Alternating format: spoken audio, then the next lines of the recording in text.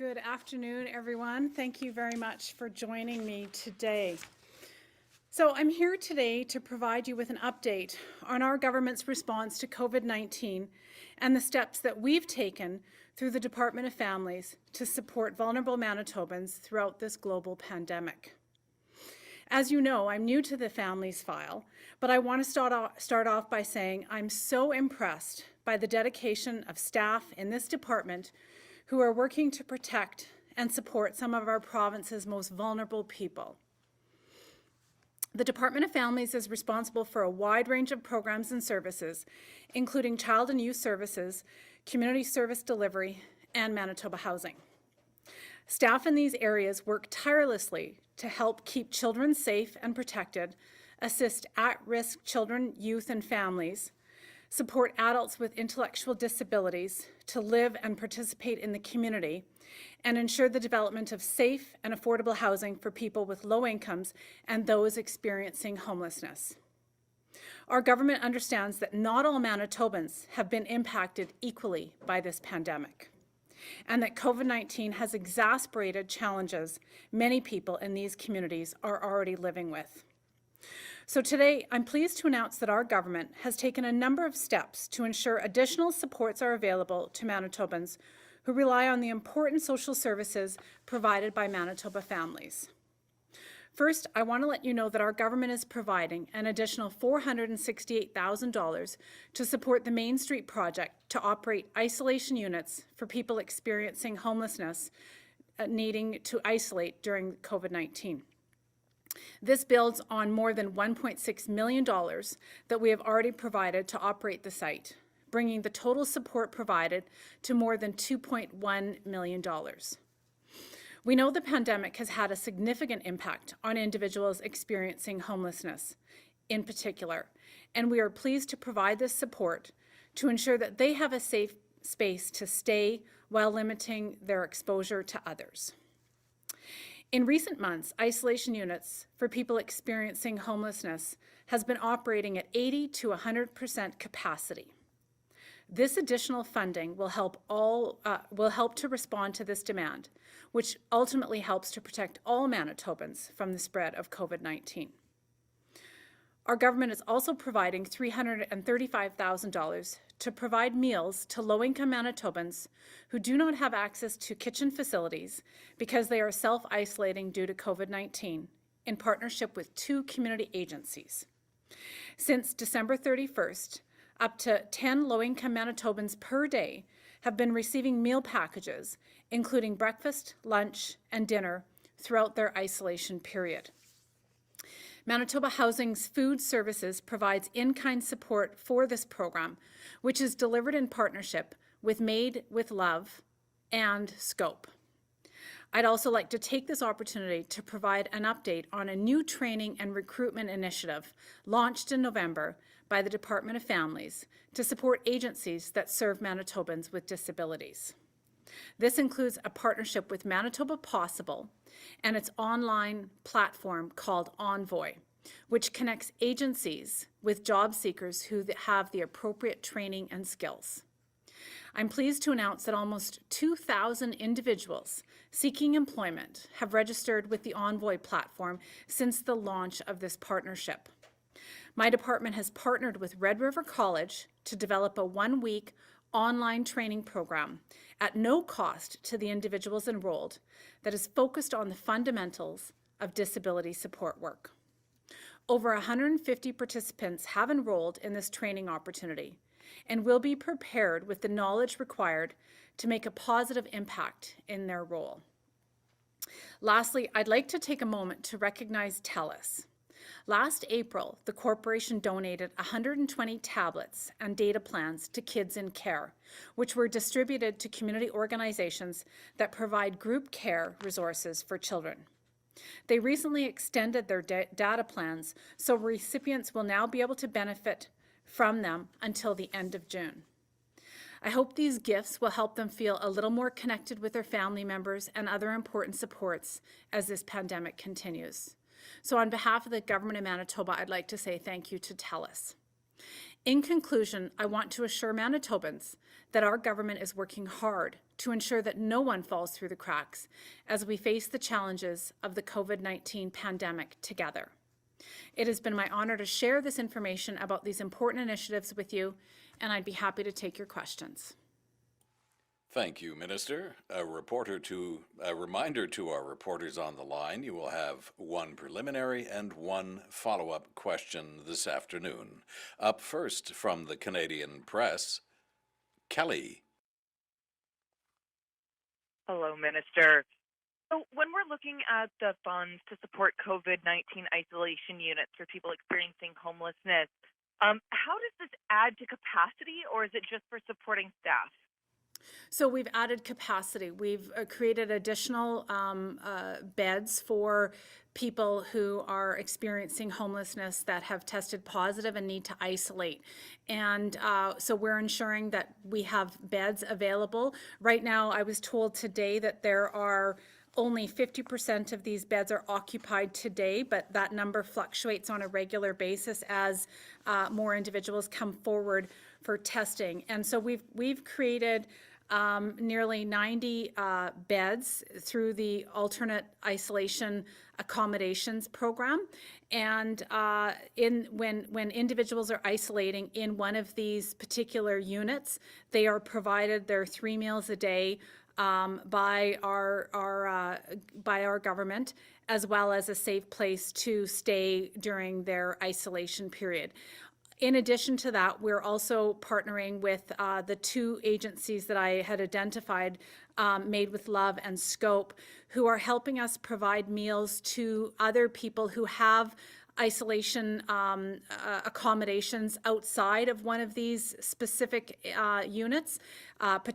Possibly it could be a hotel room that they're staying in, or a place without a kitchen. And they don't have access to facilities to prepare their own meals, or possibly they just can't go out and get themselves groceries. That is when we are connecting them to the food services provided through the Made with Love or Scope, where we're ensuring that they have their meals delivered right to their doorstep. And in the follow-up to that, for that meal delivery service, it says on the release here that it's providing food to about 5 to 10 people a day. So is this people that aren't the ones from the north coming south to isolate? Who are these 5 to 10 people, and is it expected that it will reach out to more people needing the service? Yes, absolutely. These are the people that are not in one of those alternate isolation units, because that's a separate meal program for those individuals. These are the ones that are testing positive, need to isolate, but either don't have access to kitchen facilities in their own accommodation, or they're perhaps staying in a hotel, and we're providing that meal service. So right now, that has been the need, and we're working very closely with our partners in public health. And when someone comes forward and tests positive and requires isolation units, we're ensuring that they've got a specific meal program available to service their needs, as well as a safe place to stay. From CTV Winnipeg, Turia. Good afternoon, Minister Squires. You may have mentioned it, but I just want to clarify. So the isolation units at 80 to 90%, or sorry, 80 to 100% capacity. So that's 90 beds in total. That would be 100% capacity? Roughly, we have about 90 beds identified right now at a few locations in the city for people who are experiencing homelessness and need to isolate. We have opportunities to ramp up if needed, but thus far we have not needed to ramp that up. And during the first wave of the pandemic, we were sitting at around less than 50% capacity. We've seen it go up to 80% capacity, or 100%, or nearing that 100% capacity. Today, I've been told that we're at 50%. And of course, this fluctuates on a daily basis, because we know that the length of stay that most individuals are at an AIA is about 8 to 10 days. And so it does fluctuate, and we keep a close eye on that and make sure that when someone tests positive and needs to isolate, that those accommodations are available for them. And as far as the meal program goes, how long is that expected to last? As long as we're in this pandemic. From CHVN, Taylor. Hi, good afternoon. The things you're announcing for support, such as meals and shelter, they're needed regardless of the pandemic, and a lot of people who have been exposed to the virus might even be getting access to these meals and shelter for the first time in a while. What is the province doing to support these basic needs? So we have got several opportunities underway to support our vulnerable Manitobans and our homeless individuals, people who are experiencing homelessness in our province, working with so many of our community partners through Main Street Project, Salvation Army, Silo Mission, just to name a few. And we have increased some investments for these some of these organizations. We've also worked with other entities, whether it be in Manitoba Housing or other agencies, to ensure housing for all our vulnerable populations, particularly youth aging out of care or on the precipice of adulthood who need housing security, and other sectors who we know are very vulnerable. But this pandemic has certainly created a greater awareness and emphasis and need based on results of the pandemic and other variables. And so we're continuously working to assess the situation and ensure that we are able to provide housing for all Manitobans. And as a result of a lot of shelters experiencing reduced capacity, a lot of people are literally sleeping in the streets, bus shelters. What's being done to take care of those folks?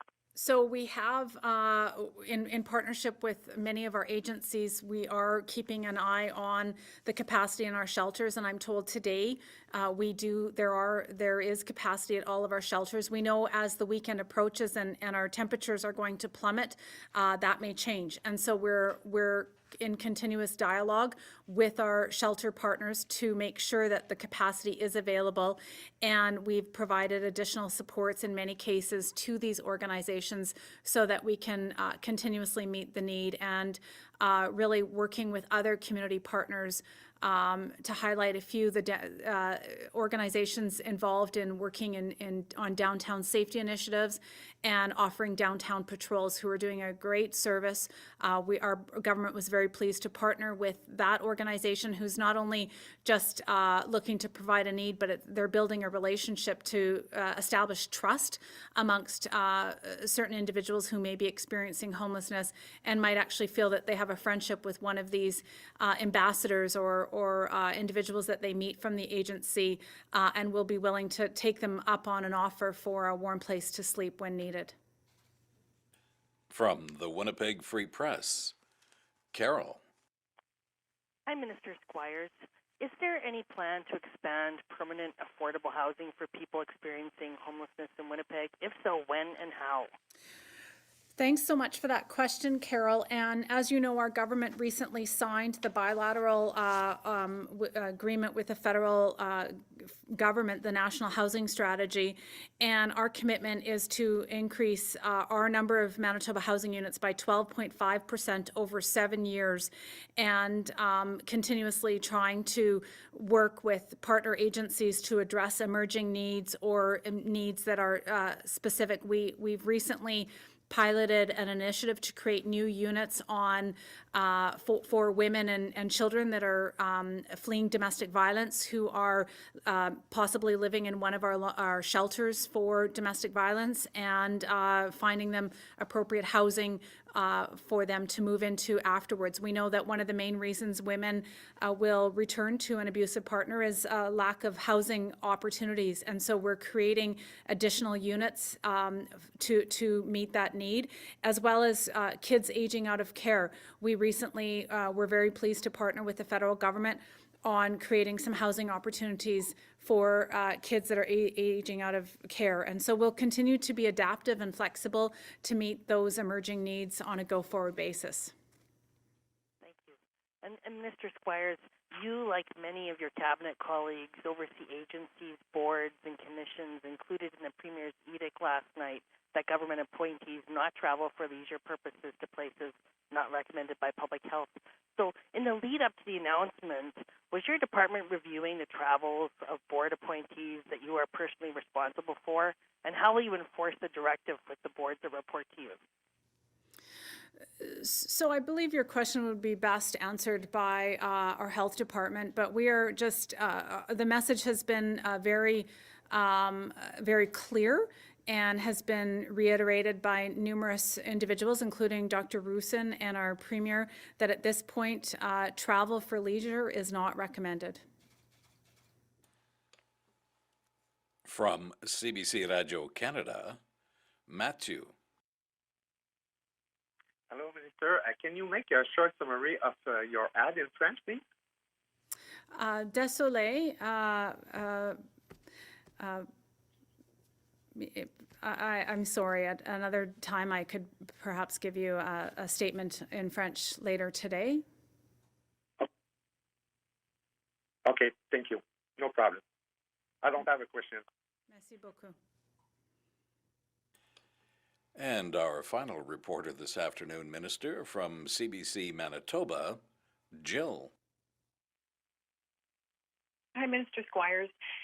Can you specifically say how many more beds the funding for isolation units will create?